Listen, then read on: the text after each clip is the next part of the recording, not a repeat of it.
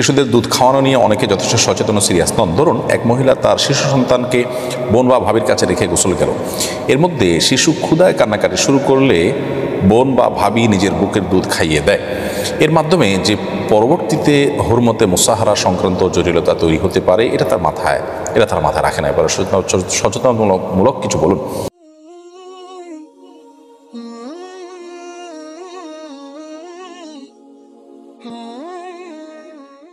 বোন ফারিয়া খানম, খুবই গুরুত্বপূর্ণ এবং প্রয়োজনীয় একটি বিষয়কে আপনি আমাদের সামনে তুলে ধরেছেন।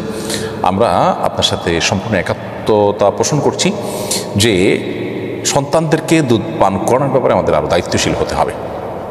আপনার বোনের বাচ্চা আপনার কাছে রেখে গেল, আপনার বুকে দুধ আছে, আপনি বাচ্চার কান্না থামানোর জন্য দুধ পান করিয়ে দিলেন, তাহলে সেক্ষেত্রে এই সন্তানটা আপনার দুধ সন্তান হয়ে গেল। আপনার ছেলেদের সাথে এই মেয়ের আর পর্দার বিধান থাকবে না এবং বিবাহের সম্পর্ক স্থাপন করা যাবে না। তো এটাতে আপনার বোন সন্তুষ্ট কিনা, তিনি আদৌ চান কিনা বিষয়টা, এটা তার উপর অনেকটা নির্ভর করে। যদি উভয়ের সম্মতিতে হয় তাহলে তো কোনো অসুবিধা নেই।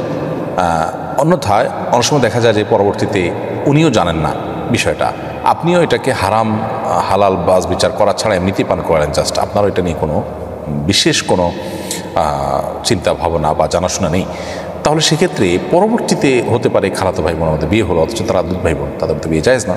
এই জন্য বিষয়গুলো আমাদের জানা থাকা উচিত যে কোনো সন্তানকে যদি কেউ দুধ পান করান, কোনো শিশুকে, তাহলে তিনি তার দুধ মা হয়ে যান এবং এই একই ভদ্র মহিলার দুধ যারা যারা পান করেছে তাদের সবাই পরস্পর দুধ ভাই বোনে পরিণত হয়ে যান এবং এই জাতীয় দুধ সম্পর্কটা আরও বিস্তৃতি লাভ করতে পারে।